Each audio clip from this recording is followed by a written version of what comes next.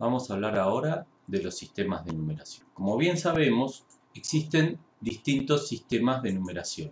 Un sistema de numeración es un conjunto de símbolos y reglas que combinan esos símbolos para representar números enteros o fraccionarios. La clasificación inicial que podemos hacer de los sistemas de numeración es que pueden ser no posicionales o posicionales. En el caso de los no posicionales, cada símbolo tiene un valor independientemente del lugar donde esté alojado. En el caso de los números romanos, sabemos que la letra C vale 100 y eso es independiente del lugar en donde yo lo ponga en el número. Mientras que, por contraposición, tenemos los sistemas de numeración posicionales, donde el símbolo toma un valor en función de dónde está. Si el 1 está en la posición de las unidades, vale 1, mientras que si el 1 está en la posición de las decenas, vale 10, mientras que si está en la posición de las centenas, vale 100. Esa es la primera diferencia que vamos a encontrar en los sistemas de numeración, si son posicionales o no posicionales. Vamos a trabajar sobre sistemas posicionales. En general, un sistema posicional se identifica porque tiene una base. La base está determinada por la cantidad de símbolos que utiliza mi sistema. En el caso del sistema decimal, que es el que estamos todos acostumbrados a utilizar, la base es 10, o sea que tengo 10 símbolos diferentes para representar los números. Obviamente símbolos son 0, 1, 2, 3, 4, 5, 6, 7, 8 y 9. Eso lo vamos a llamar la base. Y después vamos a tener la representación del número, donde matemáticamente podríamos decir que es la sumatoria de un coeficiente por la base elevado a la posición en la que se encuentra. Entonces, esta es la fórmula general de cualquier sistema posicional, cómo yo puedo componer un número. Poniendo un ejemplo sencillo nuevamente en base 10, yo tendría que para el número 25, en esta sumatoria voy a tener dos términos. El término que corresponde al 2 y el término que corresponde al 5. El 2 y el 5 son los coeficientes que tengo acá. B es la base, o sea que en este caso es 10, e I es la posición, o sea que voy a tener 2 por 10 a la 1 más 5 por 10 a la 0. Vamos a verlo en un ejemplo más práctico. Si yo tengo acá nuevamente trabajando en base 10 el número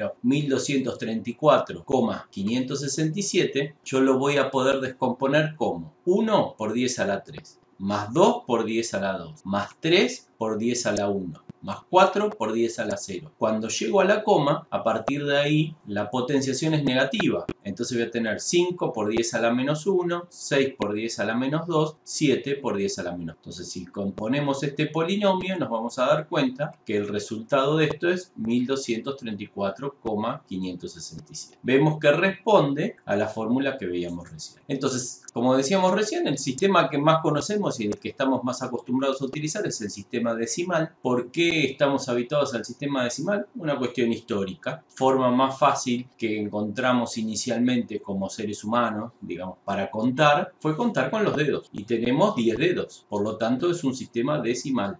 Tenemos 10 símbolos diferentes. De ahí, eso fue evolucionando hasta convertirse en el sistema de numeración arábiga que todos conocemos. Pero independientemente de la representación, es un sistema decimal de 10 símbolos. Como hablábamos hace un rato, los símbolos son el 0, el 1, el 2, el 3, el 4, el 5, el 6, el 7, el 8 y el 9. Después vamos a encontrar, como estuvimos hablando cuando hablamos de los microprocesadores y de la forma que trabajaban, que ellos lo único que entendían era si había tensión o no había tensión y realizábamos una primera abstracción donde cada uno de esos niveles lo reemplazábamos por un 0 y por un 1 para que sea más fácil de trabajar. Entonces ahí nos encontramos con un sistema binario. ¿Por qué binario? Porque tengo dos símbolos, el 0 y el 1. Ahora, también cuando vimos el tema de microprocesadores nos dimos cuenta que trabajar en números binarios era bastante engorroso porque quedaban números muy largos, de muchos dígitos, y era difícil de seguir o difícil de encontrar diferencias. Entonces, la primera evolución que se hizo fue el sistema octal. En el sistema octal, como bien lo dice, estoy trabajando con 8 símbolos, o sea que voy a trabajar con el 0, el 1, el 2, el 3, el 4, el 5, el 6 y el 7. Para las primeras computadoras, donde la capacidad de procesamiento era bastante chica, piensen que había microprocesadores al principio que trabajaban de a 4 bits, con lo cual un sistema octal funcionaba bastante bien. Ahora vamos a ver cómo sé cuántos bits necesito para representar cada número. Con un sistema octal estaba bien para poder trabajar. Pero a medida que fue evolucionando y fueron incrementándose la cantidad de bits que manejaban los procesadores, octal también se terminó convirtiendo en un sistema bastante acotado en cuanto a la cantidad de números para representar. Entonces se hacían números demasiado largos y empezamos a trabajar con el sistema hexadecimal.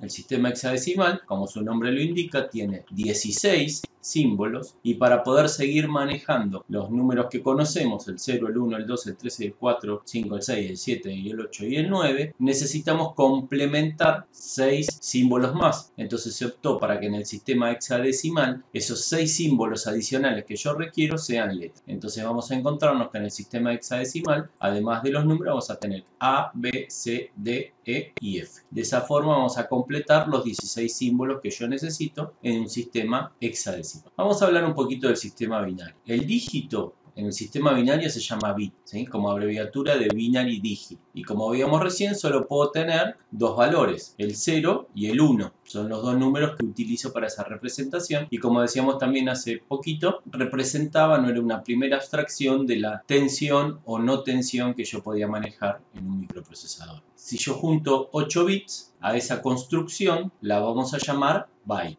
O sea que un byte está constituido por 8 bits. El byte es lo que termina definiéndose como la unidad de medida para el manejo de los microprocesadores. Entonces, el byte va a tener múltiplos como los tenemos en unidades de distancia. Tengo el metro, tengo el kilómetro. Con los bytes me va a suceder lo mismo. Tengo el byte, tengo el kilobyte, tengo el megabyte, tengo el gigabyte. Cada uno de esos múltiplos va a ir incrementándose, por ejemplo, en el kilobyte a 1000, en el megabyte al millón y en el gigabyte a los 1000 millones. Lo que sí debemos tener en cuenta que como estamos trabajando en base 2, el paso del byte al kilobyte no va a ser exactamente 1000 bytes, sino que van a ser 1024. ¿Por qué? Porque es la progresión que a mí me da incrementando números de dos valores. Del 1000 voy a ir al 1024 en realidad. Ahora cuando vayamos al detalle específico del peso de cada uno de los dígitos en un número, vamos a ver por qué 1024. Por otro lado, originalmente cuando tenía procesadores de 8 bits, el byte era lo que el procesador se llamaba la palabra, era la palabra que manejaba el procesador. Ahora, a medida que los procesadores empezaron a manejar tamaños de datos más grandes, se mantuvo el término palabra para decir el tamaño del dato que maneja un procesador. Entonces, en un procesador de 8 bits, la palabra es de 8 bits, en un procesador de 16 bits, la palabra es de 16 bits. Entonces, la palabra está asociada al tamaño de dato que maneja el procesador, mientras que el byte va a seguir siendo siempre 8 bits.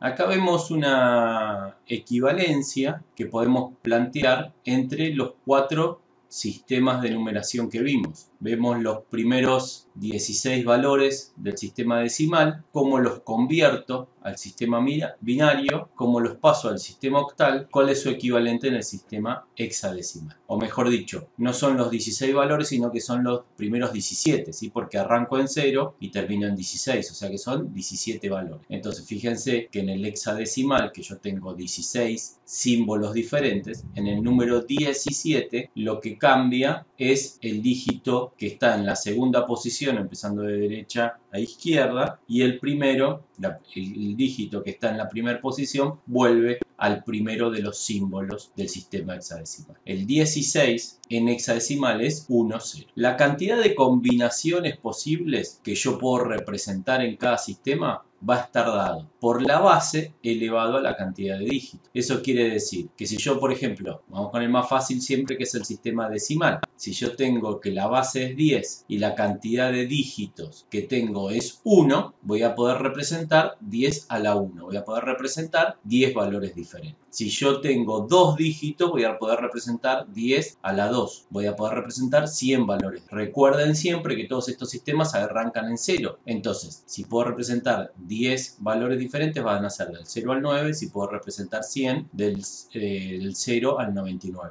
Lo mismo va a pasar con base 2. Si la base es 2 y la cantidad de dígitos que tengo es, por ejemplo, 4, como lo tenemos acá en la tabla, la cantidad de valores diferentes que yo voy a poder representar son 16 valores, del 0 al 15. Fíjense que son todas las combinaciones que yo puedo hacer con 4 bits diferentes, donde van alternando entre sus valores que pueden ser 0 o 1. De la misma forma, si la base es 16 y la cantidad de dígitos es 1, voy a poder representar 16 valores. Ahora, como vemos en el ejemplo acá, si tengo 3 dígitos, el valor que voy a poder llegar a representar son hasta 4096 valores diferentes. O sea que voy a ir de 0 a 4095. Vamos a ver ahora cómo puedo pasar de un número a otro. Lo que sí vamos a saber, recién vimos el ejemplo de cómo representar un número en base decimal. Bueno, el mismo polinomio que yo usaba para base 10, lo voy a poder usar para cualquiera de las otras bases de las que estamos hablando. Recuerden que son todos sistemas posicionales. Lo que va a cambiar es que yo en el lugar donde estaba la base, que era el 10, ahora voy a poner, por ejemplo, si quiero un sistema binario, voy a poner 2.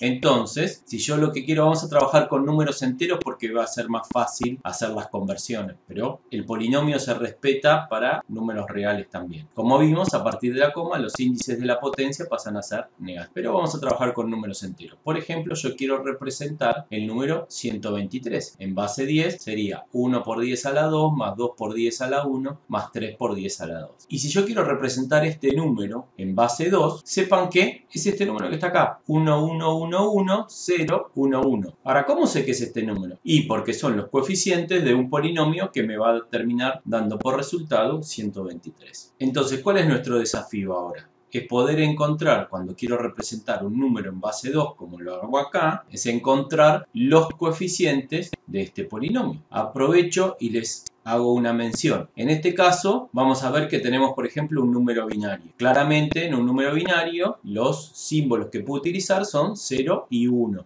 Acá tengo un número en sistema decimal. Los símbolos que puedo usar van del 0 al 9. Y yo podría tener un número en octal, donde los símbolos van del 0 al 8. Entonces, este número, 123, podría ser completamente válido en una representación en sistema octal. En binario no, porque no existe el 2 y no existe el 3, pero sí en octal. Sí en hexadecimal, porque son símbolos válidos para esos sistemas también. Entonces, a partir de ahora, cuando yo exprese un número, voy a tener que indicarle en qué base está para que no haya errores de interpretación. Porque el número 123 en decimal no es lo mismo que el número 123 en octal. De hecho, no se podría decir tampoco 123, porque esto en un octal no son centenas. Entonces sería 1, 2, 3 en octal. Para identificar entonces la base en la que está expresada un número, lo que vamos a poner es un subíndice con su base. En este caso, en binario, le pongo un subíndice de base 2. En este caso, en decimal, le pongo un subíndice que sea el 10. Bueno, entonces vamos a tratar de construir este polinomio, vamos a tratar de obtener los coeficientes para este polinomio. Si quiero representar un número en base 2. Existen varios métodos. A mí me pareció que el más práctico y más cómodo es el de divisiones sucesivas. Así que con ese vamos a trabajar. Sí, bueno, está bien. Hay un método más fácil todavía, la calculadora. Pero más allá de eso, que una calculadora me pueda convertir entre bases, vamos a tratar de entender el método de cómo convierto de un lado a otro. Después podremos usar la calculadora.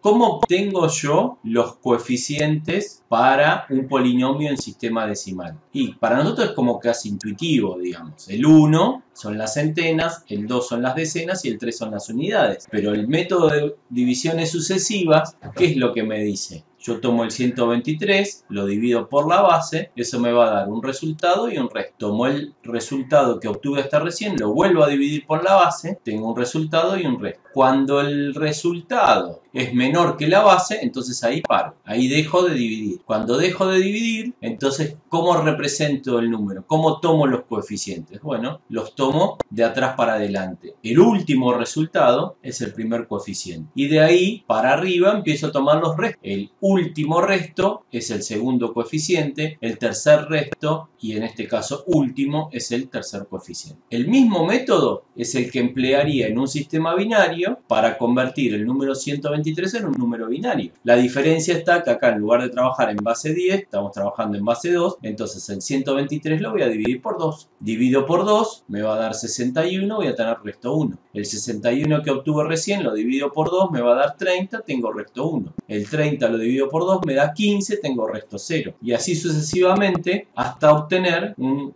resultado menor a la base. A partir de ahí tomo el último resultado como el primer coeficiente o el coeficiente que está en la base elevada al mayor exponente y de ahí para atrás voy tomando todos los restos en ese orden. Entonces fíjense que tengo 1, 1, 1, 1, son 4 unos, 1, 1, 1, 1, son 4 unos, un 0, 0, 1, 1, 1, 1. Esto me da entonces que el 123 en binario es 1, 1, 1, 1, 0, 1, 1. Pueden hacer el resultado de este polinomio y van a ver que esto les va a dar 123 en decimal. La misma forma podría aplicar para pasar al sistema octal o al sistema hexadecimal. En el sistema octal voy a hacer 123 dividido 8, me va a dar 15 y me va a dar resto 3. 15 dividido 8 me va a dar 1, resto 7. Así que el número en octal o la representación del número 123 decimal en octal es 173 en base 1. Y fíjense la particularidad cuando hacemos en el sistema hexadecimal. Si yo hago 23 dividido 16, porque 16 es la base, tengo 7. 7 por 16 me da 112. Entonces 123 menos 112 me va a dar 11. Ahora, ¿qué pasa? Estoy trabajando en sistema hexadecimal, por lo tanto tengo símbolos hasta el 15. ¿Cuál es el símbolo que corresponde al 11? Bueno, la A corresponde al 10 y la B corresponde al 11. Entonces el resultado de esta división es B. De nuevo, el resultado lo pongo como primer coeficiente y el primer resto lo pongo como segundo coeficiente. En este caso, con 2 dígitos en hexadecimal ya me alcanza para representar el número 123. 123 en hexadecimal va a ser 7B. ¿Por qué se trabajaba con los sistemas octales y hexadecimales? Bueno, sencillo, porque era fácil de convertir. La necesidad o el requerimiento venía a partir de que un procesador trabajaba en binario. Eso es su naturaleza, digamos, eso no lo podemos cambiar. Y lo que nos encontrábamos era que manejar tantos unos y ceros era confuso. Entonces, fíjense cómo surge el sistema octal y el sistema hexadecimal frente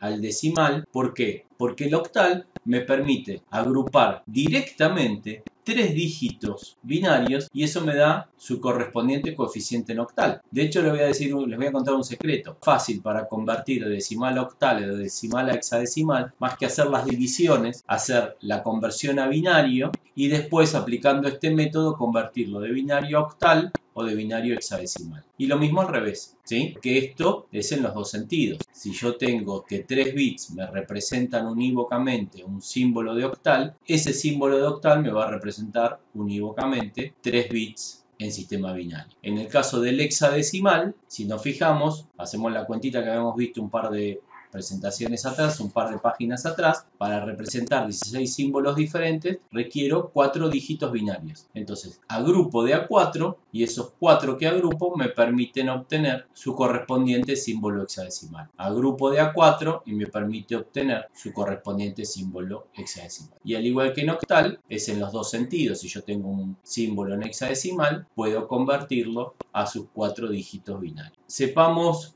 también que la agrupación de 4 dígitos binarios se lo denomina nibble. Cuando hablamos de nibble, hablamos de 4 dígitos binarios. Hablamos de medio byte, o que un byte está constituido por 2 nibbles.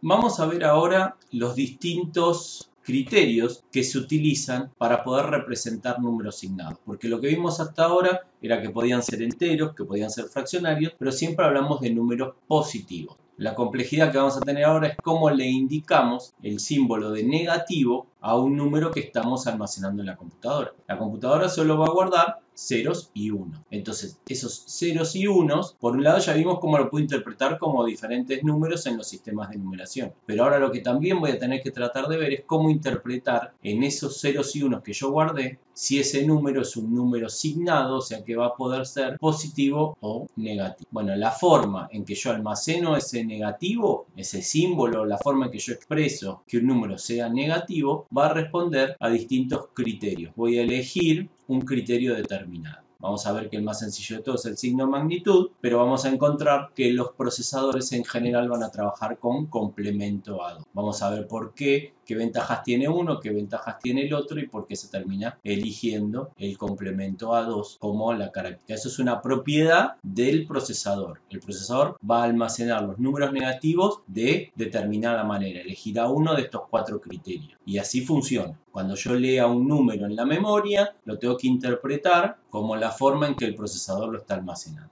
Veamos ahora el primero de los casos. Habíamos dicho que el primer caso es signo magnitud, que es el más sencillo de todo. ¿Por qué es el más sencillo de todo? Porque lo que tomo es el primer bit como el signo. Si el bit es un 0, el número es positivo. Si el bit es un 1, el número es negativo. Y todos los ejemplos de ahora en más los vamos a hacer trabajando con un byte. Porque es más fácil de representar y porque es más fácil de ver los valores, los números no son tan grandes. Pero esto se ajusta a cualquier tamaño de dato que yo tenga. Recordemos que, por ejemplo, en un esquema de 64 bits en C, un número entero ocupa 4 bytes. Entonces estos serían 64 bits. Bueno, nosotros lo vamos a estar haciendo para un byte. Se extrapola, se lleva a los 4 bytes de la misma manera. Tendríamos, en lugar de un byte como tenemos acá, tenemos los 4. El bit que está más a la izquierda, que lo vamos a llamar el bit más significativo, se le llama más significativo porque lo que está a la izquierda tiene más peso que lo que está a la derecha. Es igual que lo que sería en un número decimal. Si yo tengo 1001, el 1 que está a la izquierda tiene mayor peso que el 1 que está a la derecha, porque el 1 que está a la izquierda pesa 1000, el 1 que está a la derecha pesa 1. Uno tiene unidad de 1000 y el otro tiene unidad. Entonces, el que está más a la izquierda lo vamos a llamar el bit de mayor peso. Entonces, el bit de mayor peso va a ser el que me va a indicar si es un 0, que es un número positivo, y si es un 1, que es un número negativo. El resto de los bits me va a indicar la magnitud, me va a indicar cuál es ese número. Como vemos, es lo más sencillo que puede haber. Viendo el primer bit, yo ya puedo saber el signo del número. En inglés, el bit más significativo se lo llama MSB, Most Significant Bit,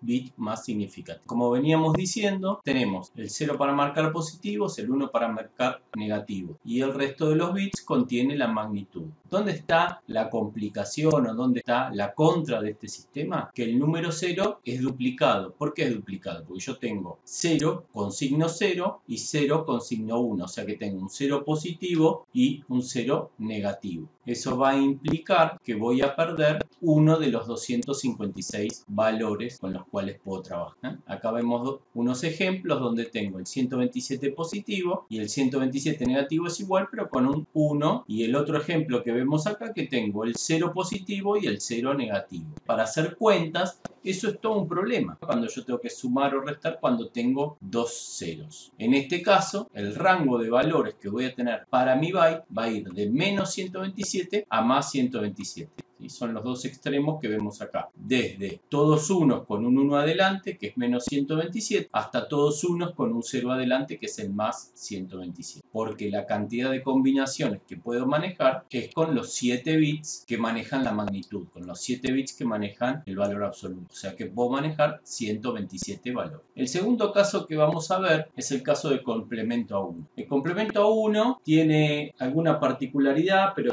no es un método en realidad que se utiliza mucho. El complemento a 1 se utiliza en realidad más que nada para llegar a otro método que es el complemento a 2. No hay en general implementaciones de números negativos con complemento a 1, porque con complemento a 1 nos encontramos con una realidad parecida a la de signo y magnitud. En este caso, el complemento a 1 solo se va a aplicar para los valores negativos. A los valores positivos los mantengo de la misma manera. Entonces, para un número negativo, tomo el valor absoluto en binario y le aplico el complemento bit a bit. O sea, que todo lo que está en 1 lo pongo en 0 0 y todo lo que está en 0 lo pongo en 1. Por ejemplo, si yo tengo 0, 1, 1, 1, 1, 1, 1, esto es un 127 positivo. Si yo tengo todo en 0, es un 0. Si yo tengo todo en 1, es un menos 0, porque como lo quiero negativo, hago el complemento a 1. Y si tengo 1 con todos ceros, voy a tener el menos 127, porque es el complemento del 127. Esta metodología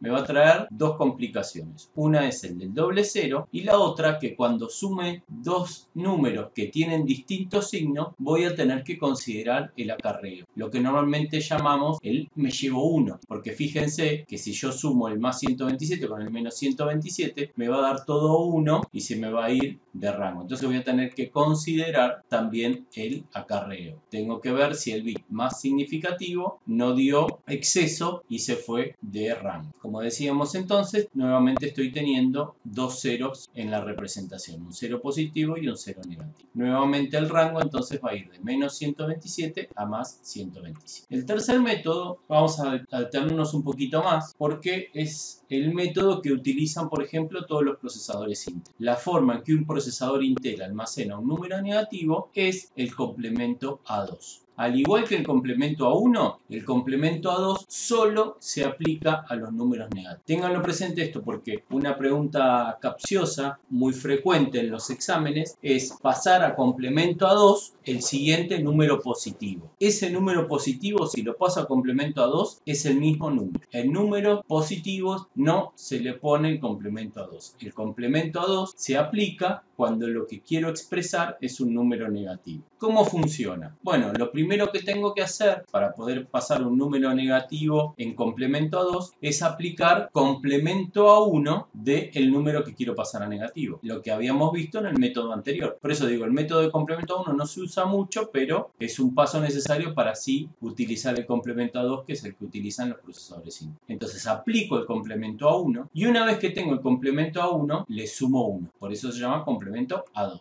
porque es complemento a 1 más 1. Un ejemplo sería, si todo es 0, es un 0. Ahora, tengo 0, 6 unos y otro 0, es 126 positivo. Si tengo 0 y 7 unos es 127 positivo. Fíjense que es igual que el 127 que veníamos manejando hasta ahora, porque el número positivo no se le aplica nada. Ahora, cuando quiero hacer el número negativo, por ejemplo, el menos 128 es un 1 seguido de todos ceros. Si quiero el menos 127, fíjense, yo llegué al 127 positivo con un 0 y todos 1. Cuando hice 1 más, me fui al menos 128, ya que di la vuelta. O sea que llegué a 127 y empiezo ahora de abajo, porque fíjense que arranco con un 1, 7 ceros. Y si a eso le sumo 1, estoy en menos 127. Entonces me queda un 1, 6 ceros y otro 1 más. Eso es el menos 127. Y de ahí voy a ir sumando 1, 1, 1, 1 hasta que llegue a todos ceros y que ese va a ser el 0. Bueno, acá es como llegaríamos. Si yo voy sumando 1, 1, 1, cuando tengo todos unos va a ser el menos 1. Al sumarle 1 a esto pasa a ser todos ceros. Entonces ahí tengo el 0. Acá no voy a necesitar el ajuste por acarreo que utilizaban el complemento a 1 por esto que vemos acá. Si yo llegué a tener todos unos y le sumo 1, di la vuelta y aparezco en todos ceros, que es el 0. Tampoco tengo la ambigüedad del 0. Tengo uno solo. No tengo dos ceros, un 0 positivo y un 0 negativo. Tengo un solo 0. Y el rango en el que me voy a mover entonces va a ir de menos 128 a 127. Con eso voy a cubrir las 256 combinaciones posibles para un byte. Vamos a hacer las cuentas así como un poquito más detalladas, ¿sí? Fíjense, si quiero hacer el menos 127, entonces, de nuevo, recuerden que el complemento a 2 solo es para números negativos. Entonces, si quiero hacer el menos 127, ¿qué hago? Tomo el 127 positivo. En este caso, sería un 0 y 7 unos. Esto es 127 positivo. Le aplico el complemento a 1. El complemento a 1 me dice que niego bit a bit. O sea que si tengo un 1 pongo un 0, si tengo un 1 pongo un 0, y así sucesivamente hasta que si tengo un 0 0 pongo un 1. Esto que está acá, el 1 seguido de 7 ceros, es el complemento a 1 del 127. Y al complemento a 1 le sumo 1. Entonces, 1 con 7 ceros más 1, me queda un 1 con 6 ceros y un 1. Esto es el complemento a 2 de menos 127.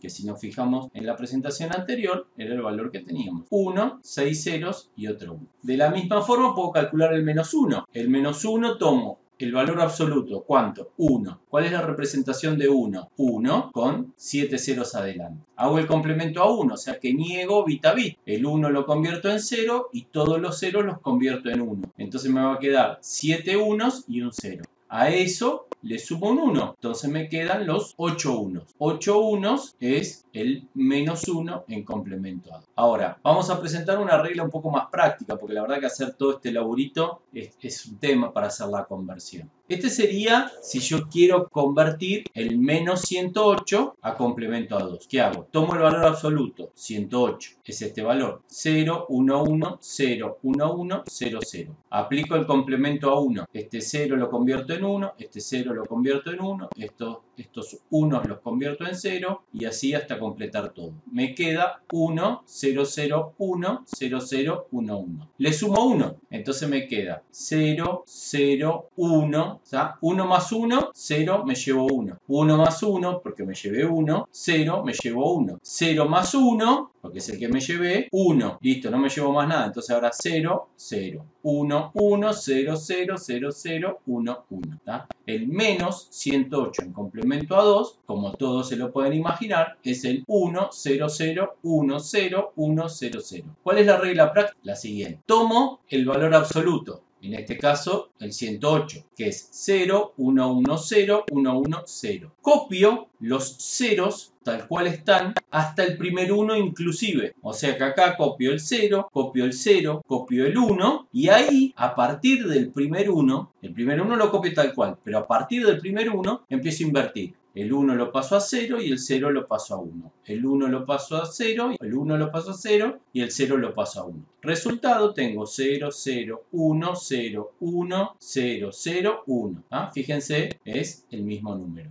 ¿Qué pasa si me lo piden para 16 bits? Esto es importante, ¿por qué? Porque fíjense en la resolución que tenemos, acá lo tenemos por el método tradicional y acá lo tenemos por la regla práctica. Vamos a tomar el mismo ejemplo, el 108. ¿Sí? El 108 negativo, porque estamos hablando de complemento a 2. Si no, no se aplica complemento a 2. Si es positivo, no se aplica complemento a 2. Entonces, fíjense, aplicando el método, cómo la extensión de números, yo tenía 8 bits. Entonces llegaba 1, 2, 3, 4, 5, 6, 7, 8. Llegaba hasta acá. Fíjense que los otros 8 bits que yo le agregué, que yo extendí para poder llegar a los 16, no es lo que convencionalmente digo, bueno, le agrego ceros adelante para cumplir con la cantidad de dígitos. Como es un número negativo, fíjense que se completa con unos. O sea, en realidad se estira, cuando yo quiero agrandar, se estira replicando el último número que tenía. Si yo utilizo la regla práctica, me voy a encontrar con lo mismo. Recuerden cómo era la regla práctica. Empiezo de derecha a izquierda, copio todo hasta el primer 1 inclusive. Entonces copio el 0, copio el 0, copio el 1. Me quedó el 1, 0, 0 al final. Y después voy negando. O sea que el 1 lo convierto en 0, el 0 lo convierto en 1, el 1 lo convierto en 0, el 1 lo convierto en 0. Acá sí. ¿Ven? Fíjense, tengo 3, 6, 7, 8. Llego hasta acá con un byte. Acá sí, porque es el valor absoluto positivo. Todo lo que tenga que completar para la cantidad de bits que yo quiera, en este caso 16, pero puede ser 32, puede ser 64. Acá sí, como estoy hablando del número absoluto positivo, le completo todo con ceros. Entonces, al negar todos estos ceros que yo le acabo de agregar, fíjense que se estira con todos los 1 que yo tenía hasta ese momento. Este número de acá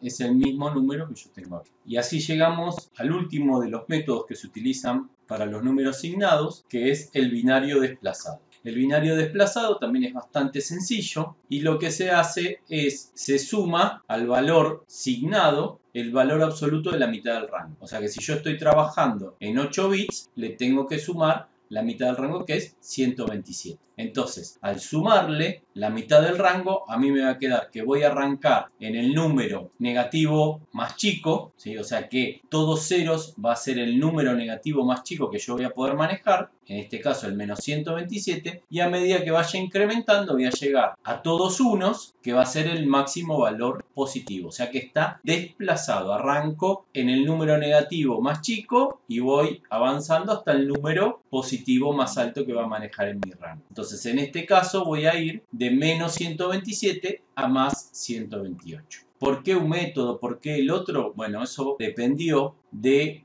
momento en que se armó la arquitectura de un procesador. En función de cómo le convenía para hacer las sumas y las restas, el fabricante optó por un método u otro. Ahora nosotros nos ajustamos al método que utiliza el procesador que estamos utilizando. En líneas generales no me va a preocupar mucho. ¿Por qué? Porque yo quiero guardar un número negativo. Bueno, ese número negativo lo almacenará de la forma en que el procesador quiere hacerlo. Y cuando lo vaya a leer, va a ir y leerlo y lo va a entender porque él lo escribió. El problema lo voy a tener eventualmente cuando lo que yo quiero hacer es conectar, por ejemplo, dos sistemas diferentes. Entonces ahí sí va a ser importante, pues si yo voy a estar transfiriendo un dato de un lado a otro, lo que yo tome de un lado o envíe del otro, tengo que saber, fíjense, si yo mandé todos unos y estoy trabajando en un equipo que tiene un procesador que usa binario desplazado, estoy mandando un más 128. Mientras que si yo estoy trabajando en un procesador que trabaja en complemento a 2, cuando mandé todos unos, el valor que quise mandar es un menos 1. Entonces ahí es donde lo voy a tener que conocer. Si yo voy a ir a leer un dato a memoria para transmitirlo a otro lado, tengo que saber que el dato que estoy transmitiendo representa un número de unas determinadas características. Y no va a ser lo mismo de un lado o del otro si sus arquitecturas son diferentes. Lo tengo que considerar, lo tengo que contemplar. Por eso es importante que nosotros acá en informática aprendamos los distintos métodos de números signados para eventualmente poderlos tener. En líneas generales, en nuestro programa, que lo vamos a estar corriendo en una PC y solo en nuestra PC, no vamos a tener problema. Y si la PC del otro lado tiene la misma arquitectura, tampoco vamos a tener problema. Ahora el problema es que podría tranquilamente tomar datos yo de distintos sistemas embebidos, ¿sí? Podría tener estaciones meteorológicas distribuidas con las que yo me conecto y adquiero datos. Un dato, una magnitud que va a tomar mi estación meteorológica es la temperatura. Y yo no le voy a poner un procesador Intel porque el procesador Intel capaz que para lo que yo quiero hacer es caro. Entonces le quiero poner un procesador un poquito más chiquito, más barato, más parecido a un procesador que podría poner en un celular o en una netbook, pero que no es Intel, que es de otra marca y que ese procesador trabaja con binario desplazado. Entonces cuando a mí me mande la temperatura, no es lo mismo que me esté mandando que está midiendo la temperatura en un reactor, que el reactor está a 128 grados, no es lo mismo que me diga que está a menos 1 grado. Podría tener un pequeño problemita, ¿no? Me quedo tranquilo porque total está frío, está en menos 1 y resulta que está a punto de reventar porque está a 128 grados. Para eso es la importancia de conocer los distintos métodos. Nosotros estamos estudiando ingeniería como tal, tenemos que conocer un poquito los por qué, no solamente el cómo, sino el por qué. Esto nos ayuda a conocer los por qué. Esta tabla comparativa, donde está para el caso de diferentes valores decimales, si yo trabajo con números enteros positivos, cuáles son los rangos, si yo trabajo con signo y magnitud, cómo son sus representaciones, si yo trabajo en complemento a 1, si yo trabajo en complemento a 2 o si yo trabajo en binario desplazado. Simplemente una tabla comparativa como para que de un pantallazo puedan ver las distintas alternativas. Una es mejor que otra, puede que alguna tenga ventaja, puede que alguna tenga otra ventaja. No obstante, yo siempre me voy a tener que ajustar a la arquitectura del sistema con el que estoy trabajando. La última diapositiva que vamos a ver hoy es cómo voy a manejar esos diferentes datos en C, porque yo vi específicamente que tengo sistemas de numeración en decimal, sistema de numeración en octal, sistema de numeración en hexadecimal. El lenguaje C tiene la capacidad de